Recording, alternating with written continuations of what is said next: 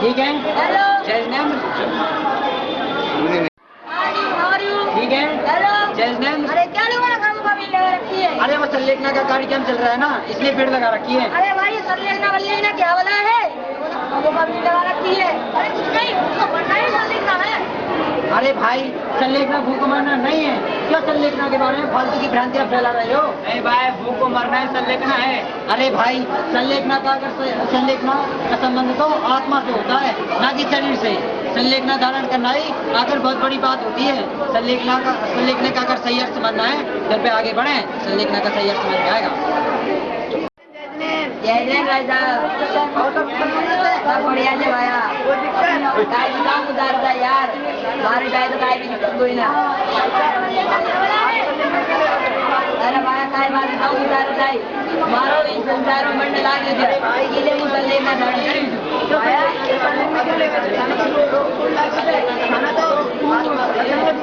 अरे भाया भला चंगा तो ठीक रहो जू, परंतु मारो पूरा धंधो बर्बाद हो गयो जे, इले मुझे तो संलेखना ही धारण करूँ। भाया यहाँ को नाम संलेखना कोई, हमें संलेखना को अरे भाया लेखना को तेज रूप है, अगर संलेखना को तेज रूप है तो बताओ कौन मुझे। अगर समझ में तो आगे चलो।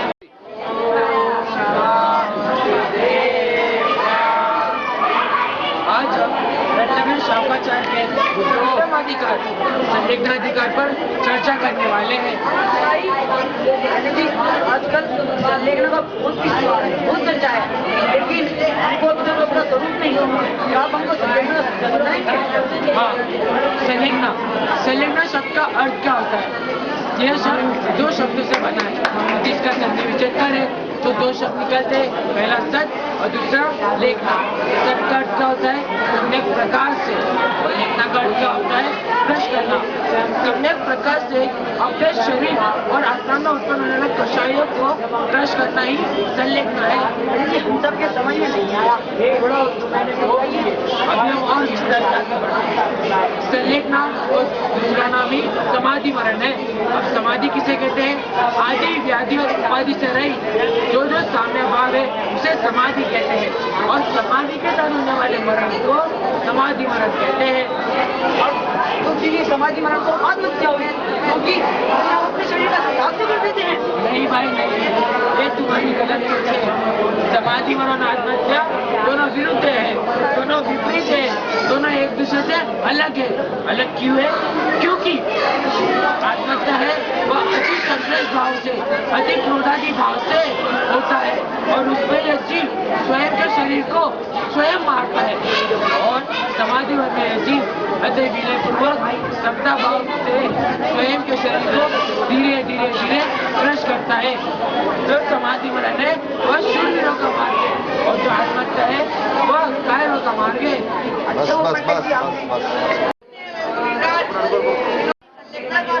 आपने समझ लिया, लेकिन अब ये संलेखना कब और किसकी सहायता से धारण की जाती है, मैं आपको एक एक करके संलेखना कब नहीं जानी चाहिए? जब हमें ऐसा महसूस होने लगे संसार में जितने भी पदार्थ मेरे भोगने लायक थे तो मैंने भोग किए हैं, और अब मेरी आयु का अंत आ चुका है, तब हमें इसके साथ आचार जो हमारे दिगंबर परंपरा संत कहे गए इसके साथ और इसके ना होने पर संत के जो अधिक ज्ञाता होकर ज्ञानी हुए हैं उनके सामने से हमें एक बात बताओ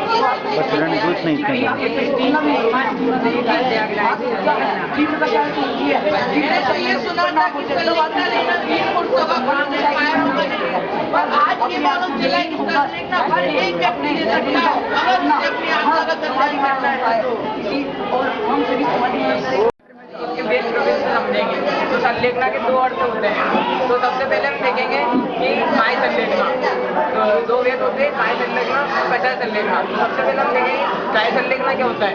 तो काय संलेखना में हम जानेंगे कि पर वस्तु मतलब बाहर आती जितने भी पर वस्तु जितनी भी होती है उन सब का त्याग करना चाहिए। जैसे कि आप देख रहे हैं पहले अन्न का त्याग किया इन्होंने, फिर दूध का त्याग किया, फिर ईश्वर का, और फिर जल का भी त्याग कर दिया। तो अब ये शरीर का भी त्याग करने वाले हैं। तो ऐसा हम देखते हैं कि ये बाहरी रंग से लोग पूरा त्याग इन्होंने कर दिया है। अब हम देखेंगे कि कटाई संलेखना क्या होती है। तो कटाई संलेखना वो होती है जिससे हम अंतरंग में जितने भी पापादी भाव आते हैं उन सबका त्याग कर देते हैं। तो ये अभी उसी विचार से चल रहे हैं।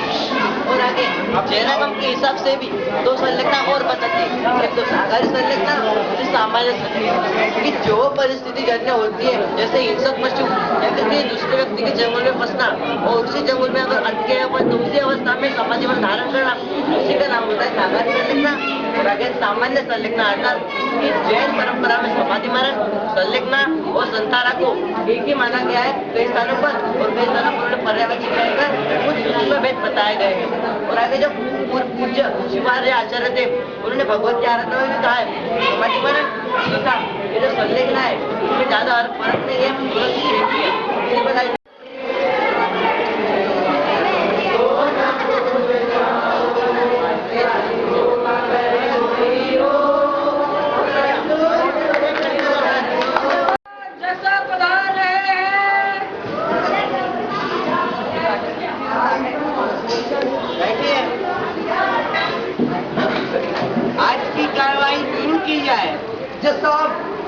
मैं आज संयम को बुला लेते यार। समाधि मरण आत्महत्या है इसके विषय में अपने मौके की पहली करना चाहता हूँ। जैसा जैनी लोग ऐसा मानते हैं कि खाना नहीं खाना, पानी नहीं पीना, अन्न नहीं खाना, भोजन इत्यादि नहीं करना, इसे ही समाधि मरण मानते हैं। लेकिन जैसा किसी छोटे बच्चे से ही पूछा जाए कि आपको खाना नहीं, उसे खाना है उसे नहीं दिया जाए तो कैसा होगा? उसे तो इस तरह से होगा कि ये तो आत्महत्या है, इसे तो आत्महत्या नहीं। उसी प्रकार जिस प्रकार से गाड़ी चलती है, अब गाड़ी में जब तक पेट्रोल नहीं डालेंगे कैसे चलेगी? मशीन है उसमें तेल नहीं डालेंगे तो कैसे चलेगी? उसी प्रकार से जैसा मैं कहना चाहता हूँ जब तक शरीर को खाना नहीं खिलाएंगे, पानी नहीं पिलाएंगे तो शरीर कैसे चलेगा? कैसे जो होता है जैसा बोलो तो बैठ जाओ भाई। मैं आपको बताना चाहूंगा कि समाधि कहते किसे हैं। तो समाधि की परिभाषा इस प्रकार है, आदि व्याधि और उपाधि से रहित आत्म परिणामों में समा जाना ही समाधि कहलाता है। और उपसर्ग, बुढ़ापा और रोग, इन परिस्थितियों में अपने शरीर का त्याग करना उसे समाधि कहते हैं। और समाधि आत्महत्या से बिल्कुल भिन्न है। जैसा मेरे काबिल दोस्त इस अदालत को गुमराह करने की कोशिश कर रहे हैं। रत्नकण श्यामकाचार्य में आचार्य समंतबद्ध 127वीं 128वीं श्लोक में लिखते हैं, भोजन को छोड़कर स्निग्ध दूध को ग्रहण करना चाहिए और स्निग्ध दूध को भी छोड़कर छाछ आदि का ग्रहण करना चाहिए, और फिर छाछ आदि को भी छोड़कर जल का ग्रहण करना चाहिए, और जल का ग्रहण छोड़कर उपवास आदि कर समाधि धारण कर संलेखना धारण करना चाहिए। यहाँ पर सब छोड़ना ही छोड़ना है। क्या छोड़ने का नाम ही संलेखना है? नहीं, छोड़ने का नाम, किसी को भी छोड़ने का नाम संलेखना नहीं है। ये तो ऐसा हो गया जैसे हमें अपनी मृत्यु पास में बुलानी है तो हम सब कुछ छोड़ के बैठ जाएं। जो व्यक्ति आत्महत्या करने के लिए जाता है तो वो क्या कुछ अपने साथ कुछ लेके जाता है? वो भी तो जब छत पे जाके खड़ा होता है तो सब कुछ छोड़ के तो ऊपर जाता है और आत्महत्या करने चला जाता है। तो इससे तो यही सिद्ध होता है कि संलेखना आत्महत्या ही है, आत्महत्या ही है। मैं इस अदालत से दरखास्त करना चाहूंगा कि संलेखना को आत्महत्या घोषित किया जाए और उसके ग्रहण करने वालों को और उसके प्रतिनिधियों को सबसे सख्त कार्रवाई की जानी चाहिए। मेरे काबिल वकील बहुत समझदार, और मुझे लगता है उन्होंने सर्वधर्म श्यामकाचार्य का 2 ही श्लोक पढ़े, 127वां 128वां। अरे उसके आगे के श्लोक नहीं पढ़े। उसके आगे के 5 श्लोक जो पेज नंबर 432 से लेकर 448 तक है, उन्होंने समाधिवाद आचार्य ने समाधि का सत्य स्वरूप बताया। उन्होंने बस जाना नहीं, बस ये जो 27वां श्लोक पढ़ करके समाधि मरण को आत्महत्या कह दिया। हमने कहा यहाँ छोड़ने एक चीज है। तो हमारे काल वकील ने पहले बता दिया था संलेखना कायदे के थे, शायद उन्हें ध्यान नहीं रहा या फिर उनके दिमाग से बात निकल गई समाधि क्या, और उन्होंने कह दिया कि छोड़ना यह समाधि है। उन्होंने कहा कि यह जैन समाधि लगाते हैं, कहते हैं आपको रोग है आप समाधि लीजिए, आपका रोग ठीक हो जाए आप छोड़ दीजिए। अरे मैं कहना चाहता हूँ, आप ही बताइए कि यह अपने घर का कार्य है कि हम चाहे जब चाहे कर ले और जब चाहे जब छोड़ दें। ऐसा कौन से जैन शास्त्र में लिखा है कि आपको रोग है तो आपको हम समाधि मान दिलाएंगे और जब आपका ठीक हो जाए तो आप छोड़ देना? कहीं भी ऐसा नहीं लिखा है। इसलिए मैं अपने काल वकील से कहना चाहूंगा कि आप शास्त्रों का अध्ययन कर करके ही हम पर कुठाराघात करें। आपने हम पर जो आरोप लगाया है कि समाधि मरण आत्महत्या है, तो मैं इस अदालत की दरख्वास्त करता हूँ कि हम पर जो आरोप लगाया गया है उसके लिए कड़ी से कड़ी ऑब्जेक्शन। एक बस तुम बैठ जाओ, तुम बोल दो 2-3 मिनट डायलॉग शुरू करो। आपने अपने बोल दो, जल्दी बोलो। बहुत बातें सुन ली मालॉर्ड, मैं जरा 2 मिनट का समय चाहता हूँ इस बड़ी अदालत से।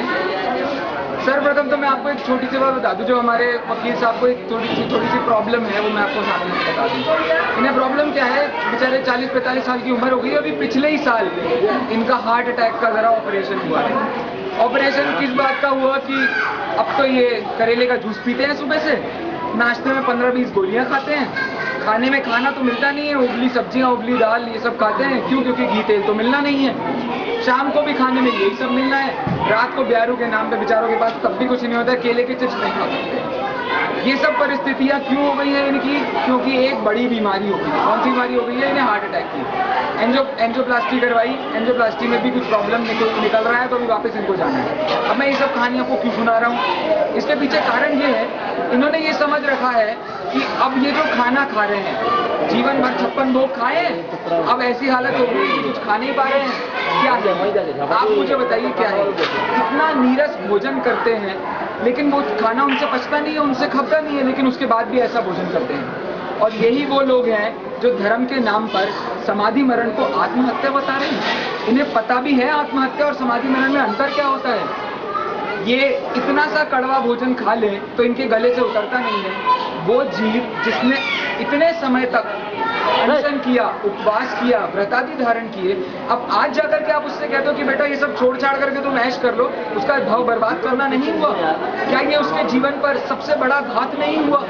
उसने अपना पूरा जीवन संयममयी व्रतमयी बिताया और अब जाकर के उसे जीवन में एक अच्छा पद प्राप्त करने का मौका मिल रहा है।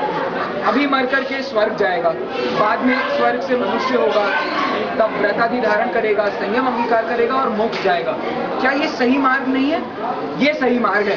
क्या? बिल्डिंग से नीचे कूद जाना और मर जाना। आत्मघात किसी भी परिस्थिति में समाधि मरण नहीं हो सकता, नहीं हो सकता, नहीं हो सकता। धन्यवाद। बस यह अदालत इस फैसले पर पहुंचती है कि समाधि मरण आत्म साधना का मार्ग है। आज की कोर्ट की कार्रवाई पूर्ण हुई।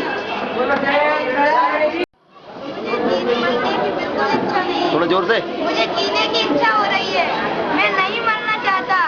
अरे ये समाधि तो मेरे शरीर से भी बड़ी प्यारी लग रही है, शरीर से भी बड़ा रोग है। मैं नहीं मरना चाहता, मुझे जीने की इच्छा हो रही है, पर क्या करूं? ये मैंने समाधि ले ली है, नियम ले लिया है, तो नियम का तो पालन करना ही पड़ेगा। क्या करूं? अब तो बस ऐसे ही जीवन गुजारना पड़ेगा। अरे मेरी पूरी किस्मत, मैं कहाँ फंस गया। इस बीमारी का इलाज पूरे संसार में नहीं है, इससे अच्छा तो मैं मर ही जाता। लेकिन मेरे स्वर्ग के लोग के कारण मैंने ये समाधि संलेखना ले ली। इसका मैं दोस्तों के साथ ना घूमा था, ना खेलता था, अरे ना कूदता था। देखो ये वॉलीबॉल है, इसको देख कर मुझे इतना मजा करता था, इतना दोस्तों के साथ खेलता था। अभी तो मैं खेल नहीं पाऊंगा, अभी तो यहाँ बड़ा हूँ, संलेखना तो ले ली, फिर तो पूरा करना पड़ेगा। अरे रे कितना दर्द हो रहा है, लेकिन अभी ये दर्द सहन कर लो। ये सभी आपके सामने कुछ अतिचार प्रस्तुत किए जा रहे हैं। आप ये मत समझिए कि ये समाधि मरण है, ऐसा होता है। समाधि मरण के ये अतिचार है। अतिचार अर्थात दोष होता है। यहाँ सामने प्रस्तुत किए गए हैं ऐसे 5 अतिचार हैं, जीविता, शंका, मरना, शंका आदि। ये सब उन जीवों को होते हैं जो कई समय तक समाधि धारण किए हुए जीव हैं।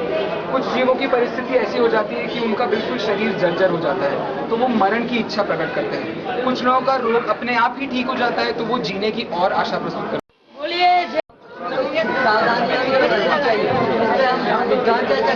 तो सुनो, संलेखना धारण करते समय यह बात ध्यान में रखना चाहिए कि जो भी व्यक्ति अभी वर्तमान में संलेखना धारण कर रहा है या भविष्य में संलेखना धारण करेगा, उसके समक्ष किसी भी प्रकार के विषय कथाएं, राग द्वेष की चर्चा नहीं की जानी चाहिए। उससे ऐसी किसी भी प्रकार की बात नहीं करनी चाहिए जिससे उसके दिनों की याद आए और उसके परिणाम संश्लेषित हो सके। ध्यान, व्रत, तप, भक्ति, स्वाध्याय, तप इत्यादि की चर्चा की जानी चाहिए, जिससे कि उससे परिणाम सुधरे और उसका भविष्य भी सुधर सके। जिससे इस प्रकार हो सके उसे रत्नात्रय में ही लगाना चाहिए ताकि उसके भगवानता की सत्ता का नाश हो सके। यदि वह व्यक्ति स्वयं ही अपने जीवन में स्वाध्यायी हो और स्वाध्याय का मर्म या फिर महत्व समझता हो, तो ऐसे व्यक्ति को अपने जीवन में आत्मचिंतन और स्वाध्याय में ही अपने जीवन का ज्यादा से ज्यादा समय, जितने भी आत्मा के विभाव परिणाम, विषय, कसाय, राग, द्वेष, मिथ्यात्व, मोह, चारों कसाय और उसके 25 वेद जितने भी हैं, उन सभी से हटकर अपनी आत्मा भिन्न है। इस प्रकार से उसका आत्मचिंतन होना चाहिए। बहुत बढ़िया, बहुत बढ़िया। इस पुरुष के शरीर के जनक की आत्मा, तुम इस आत्मा के वास्तविक जनन करता नहीं हो, ऐसा तुम निश्चय से जानो। ऐसी निर्मल ज्ञान ज्योति आज मुझे प्रकट हुई है, इसीलिए मैं वास्तविक अपने आत्मा रूपी परमात्मा के पास जा रहा हूँ, ऐसा तुम निश्चय से जानो। इस शरीर में रमन करने वाली रमणी, तुम इस शरीर को रमन करने वाली नहीं हो, ऐसा तुम निश्चय से जानो। अतः जिस ज्ञान ज्योति से प्रकट हुई है, ऐसा यह आत्मा आज अपनी मोक्ष रूपी रमणी के पास जा रहा है। कि अहो, इस शरीर से उत्पन्न हुए मेरे पुत्र, तुम इस शरीर से उत्पन्न हुए हो मेरे पुत्र, इस आत्मा से उत्पन्न नहीं हुए।